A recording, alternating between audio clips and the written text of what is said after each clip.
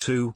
The inaugural address. Up to this meeting Marx had taken no active part in the movement, but he had been called upon by the Frenchman Laloubez to be present at it on behalf of the German workers and to name a German worker as a speaker. Marx put forward a case whilst he remained a silent observer on the platform. He estimated the importance of his scientific work highly enough to place it ahead of frivolous or hopeless organizational efforts. But he willingly placed it on one side when there was really useful practical work to be done for the cause of the proletariat. And this time he recognized that affairs of importance were at stake. He wrote in the same strain to Weidemeyer and other friends, "The recently formed International Workers' Committee is not unimportant. Its English members consist chiefly of the heads of the trade unions, that is to say, the real labour lords of London, the men who organised the tremendous reception for Garibaldi and the monster meeting in St. James's Hall which prevented Palmerston from declaring war on the Northern States as he intended. As far as the French are concerned, the members of the committee are not very important, but they are the direct representatives of the workers in Paris." Connections have also been established with the Italian associations which held their congress in Naples recently, although for years I have systematically refused to take part in any organizations. I accepted this time because here there is a possibility of doing some real good.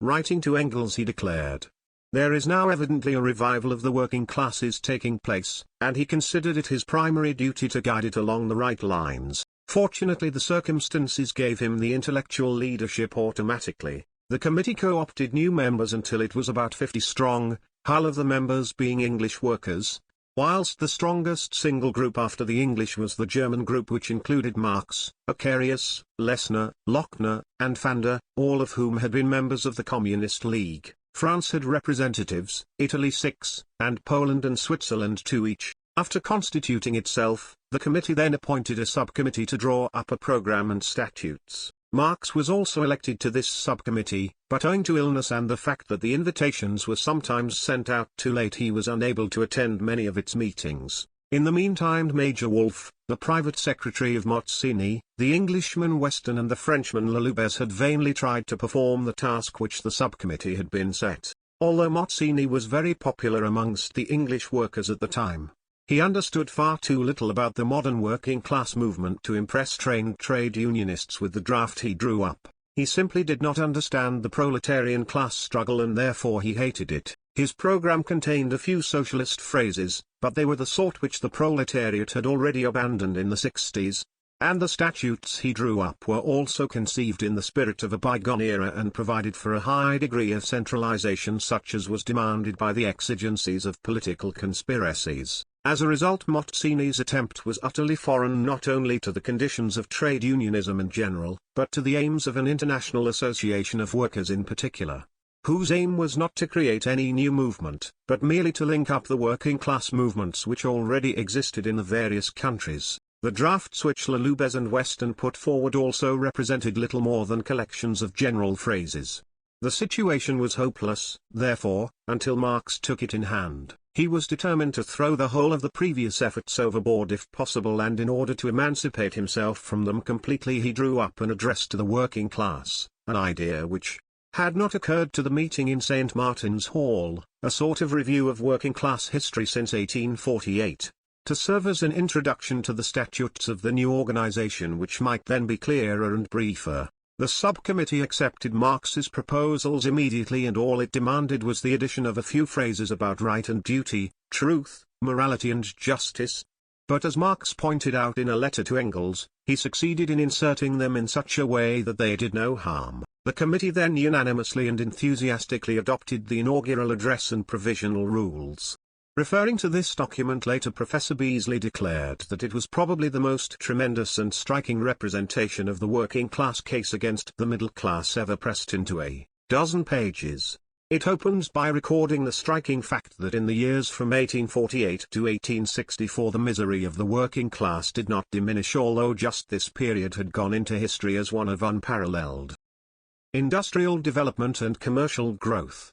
And it proves its point by comparing the frightful statistics published in the official blue books concerning the misery of the English proletariat with the official figures used by the Chancellor of the Exchequer, Gladstone, in his budget speeches to show the intoxicating augmentation of wealth and power which had taken place in the same period, but had been entirely confined to classes of property. The address exposed this glaring contradiction on the basis of English conditions because England was the foremost country of European trade and industry. But it pointed out that similar conditions existed on a somewhat smaller scale, and making allowances for local differences in all continental countries where large-scale industry was beginning to develop. All over the world this intoxicating augmentation of wealth and power was entirely confined to classes of property, with the one exception perhaps that a small section of the workers, as in England, were receiving somewhat higher wages, though even this improvement was cancelled out by the general increase in prices.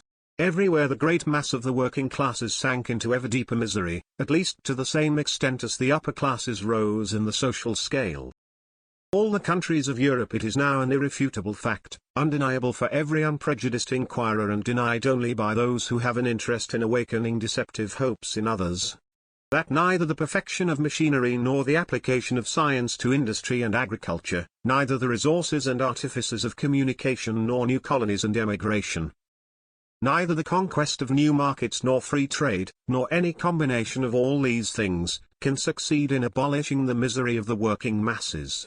On the contrary, every new development of the creative power of labor is calculated, on the false basis of existing conditions, to intensify the social antagonisms and aggravate the social conflict.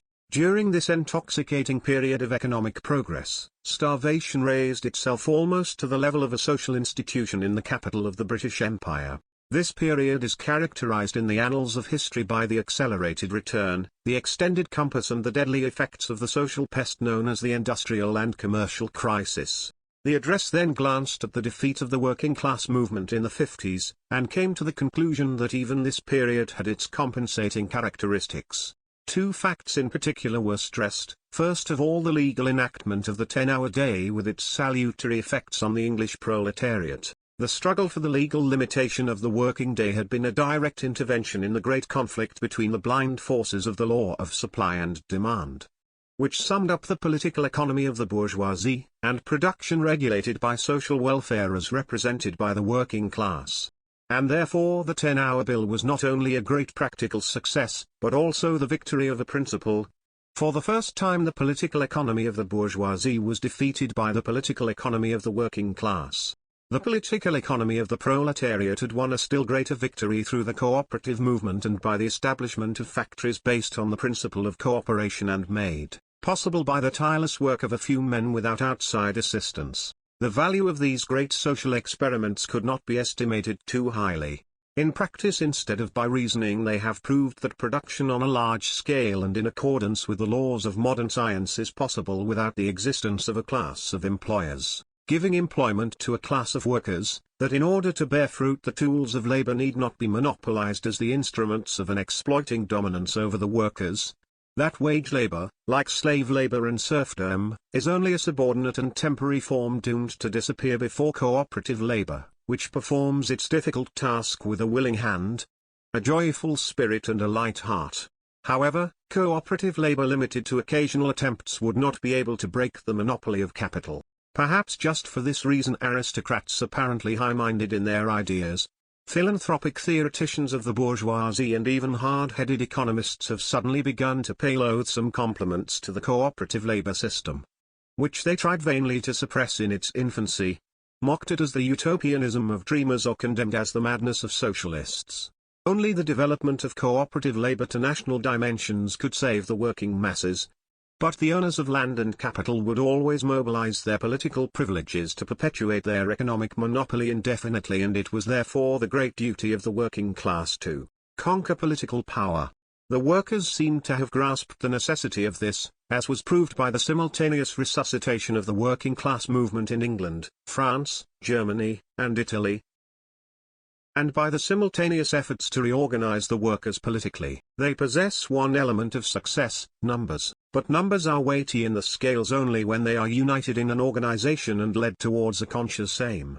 Past experience had shown that to ignore the fraternity which should exist between the workers of all countries and spur them on to stand shoulder to shoulder in all the struggles for their emancipation, always revenged itself in a general failure of all their unrelated efforts. This consideration had moved the meeting in St. Martin's Hall to found the International Working Men's Association. A further conviction had impelled the meeting.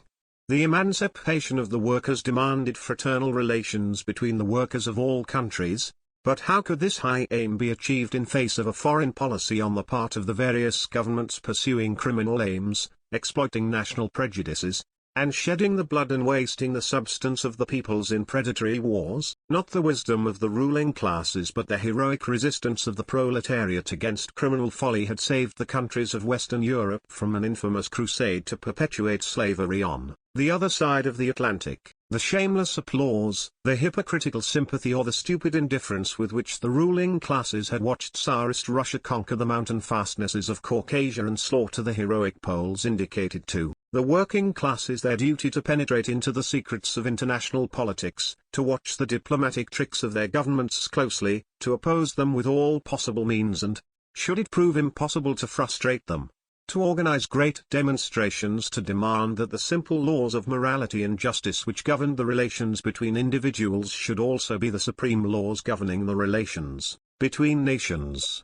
The struggle for such a foreign policy was part and parcel of the general struggle for the emancipation of the working class. The address then concluded as the Communist Manifesto had concluded, with the words, "Workers of the world unite." The provisional rules began with reflections which may be summed up as follows: the emancipation of the working class must be the task of the workers themselves. The struggle for the emancipation of the working class is not a struggle for the establishment of new class privileges, but for the abolition of class rule altogether. The economic subjugation of the worker to those who have appropriated the tools of labor, i.e., the source of life, results in servitude in all its forms, social misery, intellectual atrophy and political dependence. The economic emancipation of the working class is therefore the great aim for which all political movements must serve as a means. Up to the present all attempts to realize this great aim have been unsuccessful owing to the lack of unity between the various working class groups in each country and between the working classes of the various countries. The emancipation of the workers is neither a local nor a national task, but a social one. It is a task which embraces all countries in which modern society exists, and it can be achieved only by systematic cooperation between all these countries. The moral platitudes about justice and truth, duties and rights which Marx had embodied in his text so unwillingly were then hung on to these clear and trenchant passages. The head of the new association was a general council composed of workers from the various countries represented in the association.